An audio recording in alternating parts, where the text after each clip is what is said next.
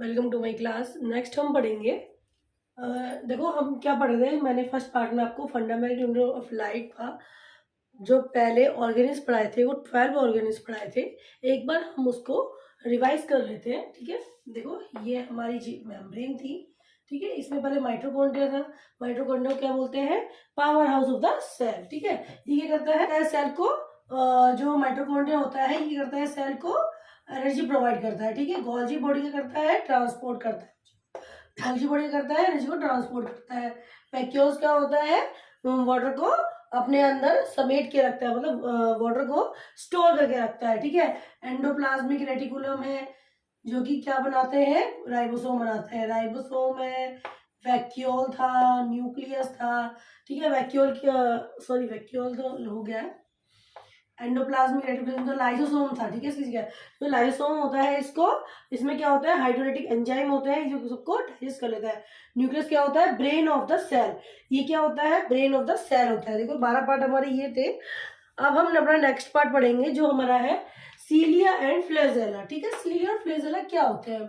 देखो सीलिया और फ्लैजेला जो होते हैं वो केवल एनिमल सेल में पाए जाते हैं। सबसे पहले सीलिया और फ्लैजेला जो होते हैं ये एनिमल सेल में पाए जाते हैं और ये प्लांट सेल में नहीं पाए जाते हैं, ठीक है। और ये बहुत ही पतली एक धागे जैसी स्ट्रक्चर होती है जो कि बाहर की ओर होती है, आउटर सरफेस होती है। देखो ये एक हेयर लाइक स्ट्रक्चर होती है, ठीक है। और ये आउटर पार्ट में होती है, बाहर की तरफ होती है, बिल्कुल ओके। अब देखो ये जो सीलिया फ्लैजेला होते हैं इसका फंक्शन क्या होता है? इसका ये फंक्शन होता है मूवमेंट एंड फीडिंग का। देखो मूवमेंट और फीडिंग किस तरह कराते हैं? जो सीलिया फ्लैजेला होते हैं ये क्या होते हैं अपने को? ये मोशन, ये क्या होता है? सेल को मोशन प्रोवाइड कराता है, ठीक है। मूवेबिलिटी प्रोवाइड कराता है। मोशन होगा तो सेल क्या होगी? मूव कर पाएगी, ठीक है। तो इस तरह ये मूवमेंट प्रोवाइड कराता है। और फीडिंग कैसे कराता है? जो इसके ये जो फ्लैजेला होते हैं इसमें ये किसी भी सेल से कोई लिक्विड, मान लो किसी सेल में कोई लिक्विड है तो उस लिक्विड को ये सीलिया की हेल्प से अपने अंदर को वो क्या कर लेते हैं अपने। और जो जो फीडिंग होती है, जैसे कि मैं बात कर रही थी फीडिंग की, जो फीडिंग होती है वो क्या कैसे कराते हैं? जो फ्लैजेला होते हैं वो क्या करते हैं? किसी भी लिक्विड्स को चूस लेते हैं, मतलब कि किसी भी लिक्विड को एब्जॉर्ब कर सकते हैं अपने फ्लैजेला की मदद से, ठीक है। तो ये फीडिंग का काम भी करता है और ये इसका फंक्शन हुआ। अब देखो सीलिया फ्लैजेला में डिफरेंस क्या होता है? फ्लैजेला तो क्या बड़े करके स्ट्रक्चर होते हैं, मतलब बड़ी स्ट्रक्चर होती है, जबकि फ्लैजेला क्या होते हैं? छोटे होते हैं आकार में, ठीक है। तो सीलिया ये बड़े हैं और ये क्या होते हैं? छोटे होते हैं। तो नेक्स्ट टॉपिक है प्लास्टिड। अगर हम कहें कि एनिमल सेल में सबसे बड़ा क्या होता है? एनिमल सेल में सबसे बड़ा होता है न्यूक्लियस। उसी तरह प्लांट सेल में सबसे बड़ा क्या होता है? प्लास्टिड होता है, ठीक है। ये प्लांट सेल में पाया जाता है, एनिमल सेल में नहीं पाया जाता है। अब देखो प्लास्टिड को 3 भागों में डिवाइड किया जाता है, क्लोरोप्लास्ट, ल्यूकोप्लास्ट और क्रोमोप्लास्ट, ठीक है। इनके अलग अलग काम होते हैं, तीनों के पीछे प्लास्ट लगा है, ठीक है। क्लोरो, ल्यूको और क्रोमो। अब देखो क्लोरोप्लास्ट ये एक मेन पार्ट होता है प्लांट का। क्लोरोप्लास्ट क्या करता है? हमने फोटोसिंथेसिस की प्रोसेस पढ़ी है, ठीक है। हम पहले पढ़ के आ चुके हैं फोटोसिंथेसिस की क्रिया में।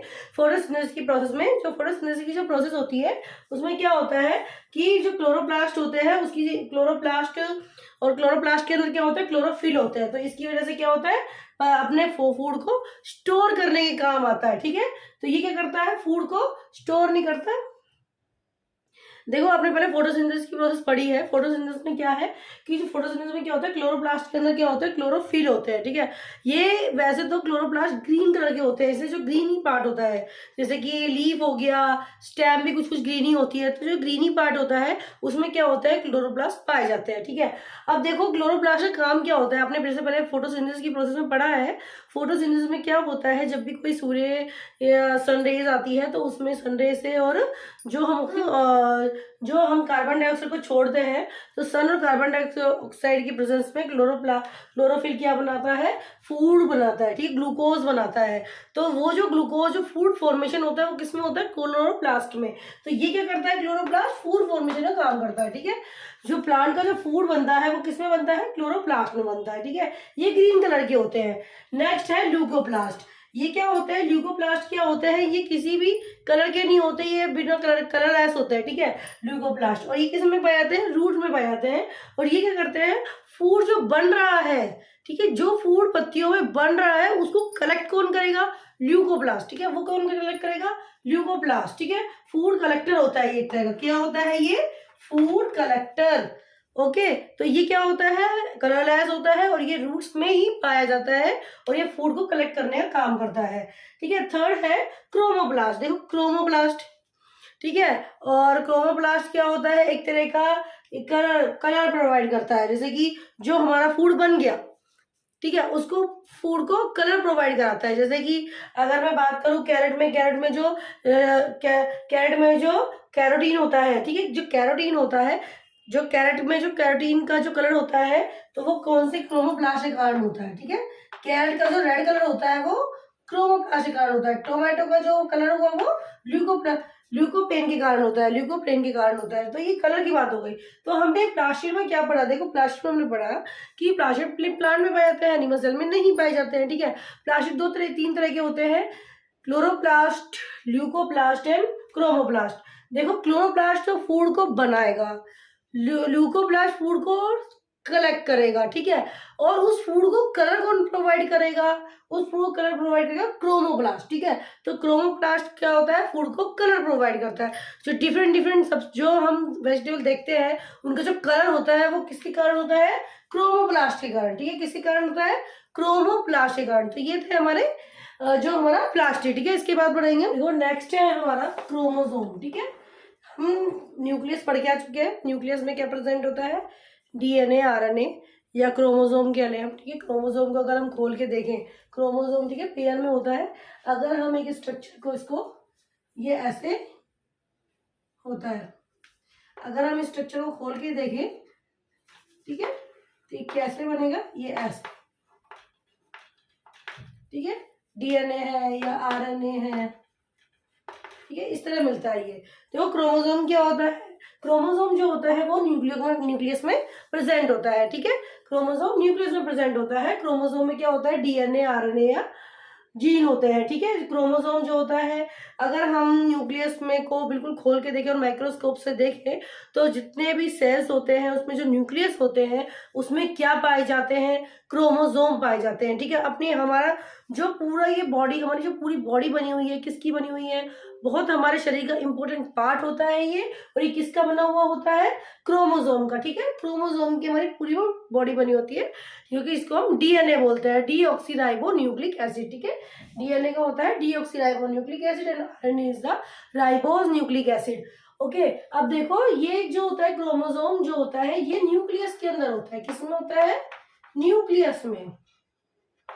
ठीक है, न्यूक्लियस में होता है, इसमें डीएनए, आरएनए और जीन होते हैं। ठीक है, अब देखो ह्यूमंस में कितने क्रोमोसोम होते हैं, ह्यूमंस में 46 क्रोमोसोम होते हैं जो सिंगल होते हैं। अगर हम पेयर की बात करें तो कितने पेयर होंगे, 23 पेयर होंगे। ठीक है, 23 पेयर होते हैं। अगर हम मेल की बात करें और फीमेल की बात करें, देखो मेल और फीमेल में पेयर जो होते हैं एक पेयर का डिफरेंस होता है, बाकी जितने भी 22 पेयर्स होते हैं वो बिल्कुल सेम होते हैं, चाहे वो मेल हो चाहे वो फीमेल हो। ठीक है, अब जो पेयर होता है उसके कारण ही जो होते हैं हमारे जो बॉयज और गर्ल का जो डेवलपमेंट होता है वो उसके अकॉर्डिंग होता है। ठीक है, अब देखो ये मेल में हमारा 22 और फीमेल में 22 पेयर और 22 पेयर है, लेकिन हमारा जो एक पेयर है वो डिफरेंस है। ये देखो मेल में तो एक एक्स होता है और एक वाई होता है, जबकि फीमेल में कौन सा होता है, एक एक्स और एक एक्स होता है। ठीक है, या फिर इसको एक्स वाई लिख सकते हैं और इसको एक्स एक्स लिख सकते हैं। ये एक पेयर डिफरेंस हो गया, मेल में वाई होता है और जबकि फीमेल में वाई की जगह एक्स होता है। जो लड़का या लड़की होगा वो इसी पे ही डिपेंडेंट करता है कि आने वाली हमारी जनरेशन लड़का है या फिर लड़की है। ठीक है, वो इसी क्रोमोसोम पर डिपेंड करती है। तो ये है हमारा क्रोमोसोम। ओके, अब हमने देखो क्रोमोसोम हमने सब तरह के ऑर्गेनिज्म पढ़ लिए हैं। अब हम ये देखेंगे कि जो हमारी एनिमल सेल और जो प्लांट सेल होती है इसमें डिफरेंस क्या होता है। ठीक है, तो हमने सेल में बहुत सारी चीजें पढ़ी हैं, कुछ एनिमल में पाई जाती है, कुछ प्लांट में पाई जाती है। ठीक है, तो हमारे अकॉर्डिंग सेल क्या हुई, अब हम सेल की डेफिनेशन को जनरेट कर सकते हैं। ठीक है, तो सेल क्या हुई, स्मॉल यूनिट। ठीक है, सेल क्या है, एक स्मॉल यूनिट जो कि स्ट्रक्चरल भी है एंड फंक्शनल भी है। ठीक है, जो कि क्या है, स्ट्रक्चरल है और फंक्शनल है, मतलब कि वो पूरी शेप में होती है और उसका फंक्शन होता है। Structural and functional unit of the वो क्या कहलाती है, सेल कहलाती है, ठीक है। जैसे कि इकाई होती है, मतलब सबसे स्मॉल यूनिट होती है, ना कि small part of the body होती है, ठीक है। Small part of the body नहीं होती, क्योंकि देखो जब हम किसी भी सेल की बात करते हैं, जैसे माइटोकॉन्ड्रिया को ले लें, लाइसोसोम को ले लें, या फिर एंडोप्लाज्मिक रेटिकुलम को ले लें, गोल्गी एपरेटस को ले लें, किसी भी या न्यूक्लियस को ले लें, ठीक है। अगर हम सेल की बात करें तो सेल में क्या होता है, सारे ऑर्गेनेल्स प्रेजेंट होते हैं। अब देखो जैसे कि मैं माइटोकॉन्ड्रिया है, तो क्या माइटोकॉन्ड्रिया क्या है, हमारा पावर हाउस, ठीक है। माइटोकॉन्ड्रिया क्या है, हमारा पावर हाउस। तो माइटोकॉन्ड्रिया क्या बनाएगा, एनर्जी प्रोवाइड करेगा हमको। अगर मैं लाइसोसोम से कहूँ कि लाइसोसोम क्या हमें एनर्जी प्रोवाइड करेगा, नहीं करेगा, ठीक है। क्या लाइसोसोम क्या होगा, ये सारे सेल्स को क्या करता है, डाइजेस्टिव होता है, हाइड्रोलाइटिक एंजाइम होते हैं, तो ये क्या करता है, एक सोसाइटल बैग होता है, तो ये क्या करता है, सभी को मतलब कि जो होता है सभी सेल्स को क्या कर देता है, ये मार देता है, किल कर देता है, डेड कर देता है, ठीक है, किल कर देता है। तो सबके ऑर्गेनिल्स के क्या होते हैं, एक पर्टिकुलर फंक्शन होते हैं। तो ये पूरी जो बॉडी हो गई हमारी, जो पूरी सेल्स हो गई, इसकी क्या कर रही है, अपना काम कर रही है, स्ट्रक्चरल भी और फंक्शनल भी। तो ये क्या हुई हमारी सेल्स, ठीक है। तो सेल क्या हुई हमारी यूनिट, एक ऐसी यूनिट जो कि पूरा अपना फंक्शनल स्ट्रक्चर काम करती है, वो क्या कहलाती है, सेल कहलाती है, ठीक है। वो क्या कहलाती है, सेल कहलाती है। तो यही है हमारी सेल की डेफिनेशन, ओके। देखो अब हम पढ़ेंगे एनिमल सेल और प्लांट सेल में डिफरेंस, ठीक है। देखो यहाँ मैंने एनिमल सेल बनाया है, यहाँ प्लांट सेल बनाया है, और जो दोनों में कंबाइंड आता है उसको मैंने जो इस कलर वाली लाइन से कराया कि ये दोनों में सेम है, ठीक है। इसमें भी पाया जाएगा और इसमें भी पाया जाएगा। अब देखो एनिमल सेल कौन सी होती है,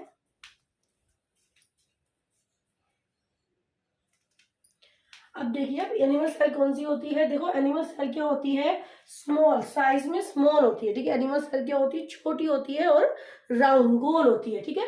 आपने इसकी उसके डायग्राम में भी देखा होगा, एक इस तरह का डायग्राम बना होता है, इसमें एक फ्लैजेला होता है, ठीक है। ये एनिमल सेल है, ये क्या होती है, राउंड होती है, और कैसी होती है, राउंड होती है और छोटी होती है। जबकि प्लांट सेल क्या होती है, साइज में बड़ी होती है, ठीक है, और कैसी होती है, बड़ी होती है, ठीक है।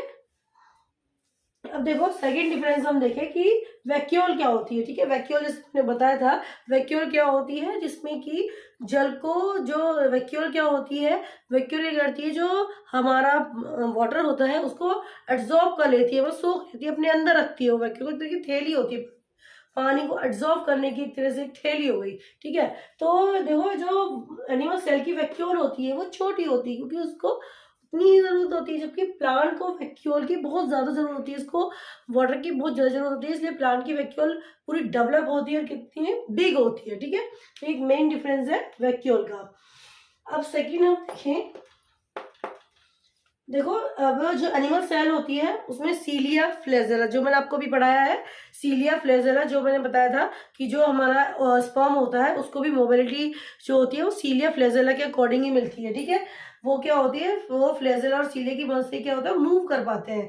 तो ये एनिमल सेल में पाए जाते हैं, सीलिया फ्लेजेला और लाइसोम। लाइसोम जैसे कि मैंने आपको बताया था, लाइसोम एक तरह के हाइड्रोलाइटिक एंजाइम होते हैं। इसमें लाइसोम क्या करते हैं, किसी भी सेल को मारने का काम करता है, जिस सेल का काम नहीं होता उसको क्या करते हैं, खत्म कर देते हैं। तो एक तरह से क्या होते हैं ये, एक तरह से क्या होते हैं, ये अपने सेल को मारने का काम करते हैं, ठीक है। तो ये केवल एनिमल सेल में पाया जाता है, सीलिया फ्लेजेला और लाइसोसोम।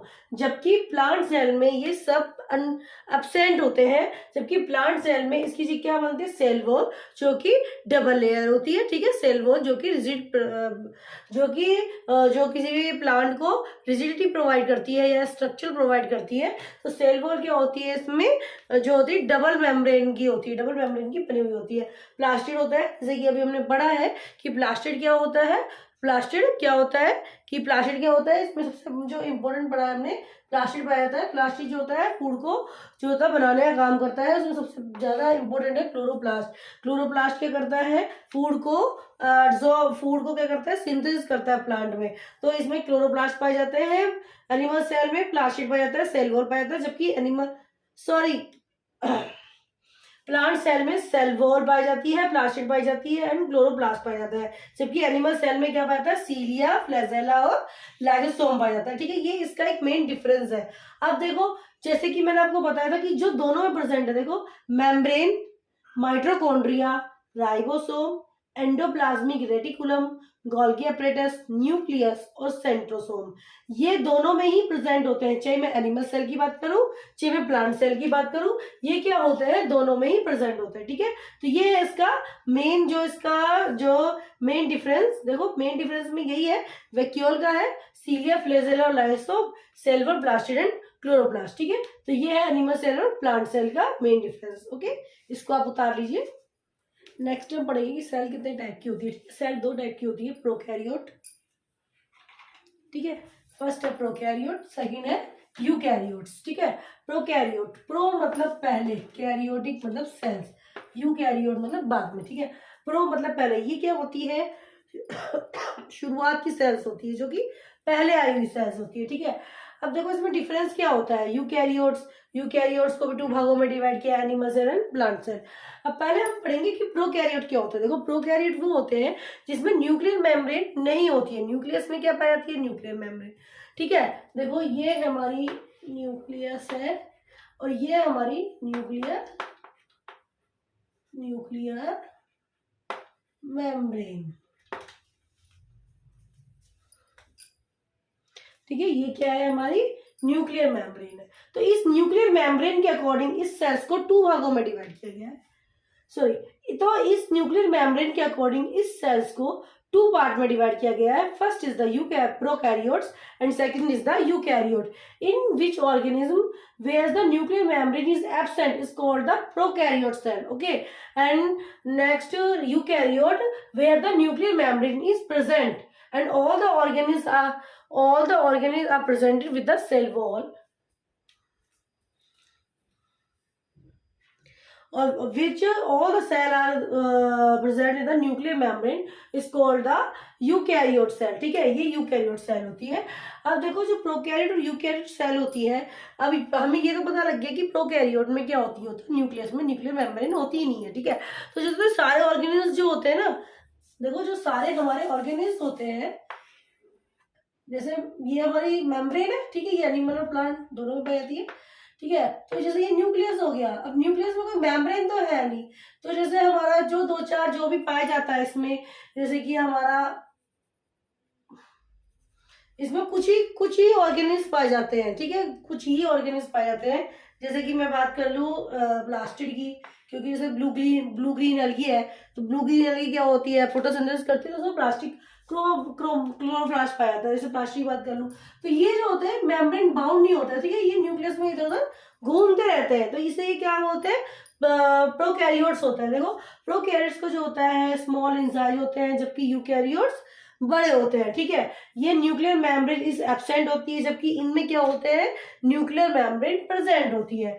इसमें क्या होती है, देखो मैनी ऑर्गेनिल्स आर एब्सेंट। इसमें जैसे कि हम बात कर लें माइटोकॉन्ड्रिया हो गया, या बहुत सारे ऐसे ऑर्गेनिल्स होते हैं, इसमें कुछ 2-4 ऑर्गेनिल्स पाए जाते हैं, बाकी सारे ऑर्गेनिल्स क्या होते हैं, इसमें एब्सेंट होते हैं। ठीक है, और इसमें जैसे हमारे में क्या होता है, क्रोमोसोम कैसा पाया जाता है, पेयर में पाया जाता है। क्यों, क्योंकि जो यूकैरियोट में पेयर में पाया जाता है, अगर आप देखोगे तो हमारे जो हमारे बॉडी का प्रत्येक जो पार्ट होता है वो सब पेयर में होता है। देखो भाई आइज 2 है, हमारे हैंड 2 है, हमारा जो होता है ये 2 लिप्स 2 है हमारा, और जैसे हमारे बॉडी का जो पार्ट हो गया नीचे का, ये लेफ्ट एंड राइट साइड हो गया, तो ये भी 2 है, पैर भी हमारे 2 है। तो हमारा most of the body part क्या होता है, 2 में पाया जाता है। तो हमारा क्रोमोसोम भी किसमें पाया जाता है, 2 पार्ट में पाया जाता है। लेकिन इसमें जो क्रोमोसोम होते हैं वो सिंगल होते हैं। क्या होते हैं, सिंगल होते हैं। अब देखो इसमें जो होते हैं, जो ऑर्गेनिज्म पे मेम्ब्रेन होती है, देखो कैसे, जैसे कि ये मेम्ब्रेन हो गई, और ऑर्गेनिल्स की भी मेम्ब्रेन होती है। जैसे माइटोकॉन्ड्रिया हो गया, तो इसकी खुद की एक मेम्ब्रेन है, गोल्गी अपरेटस है, इसकी एक मेम्ब्रेन है, लाइसोम है, इसकी एक मेम्ब्रेन है, वैक्यूल है, इसकी मेम्ब्रेन होती है। यूकैरियोट में तो सब मेम्ब्रेन बाउंड होते हैं, जबकि प्रोकैरियोट में क्या होते हैं, सब फ्रीली होते हैं। ठीक है, प्रोकैरियोट में क्या होते हैं, सब फ्रीली होते हैं, इनमें कोई मेम्ब्रेन नहीं होती है।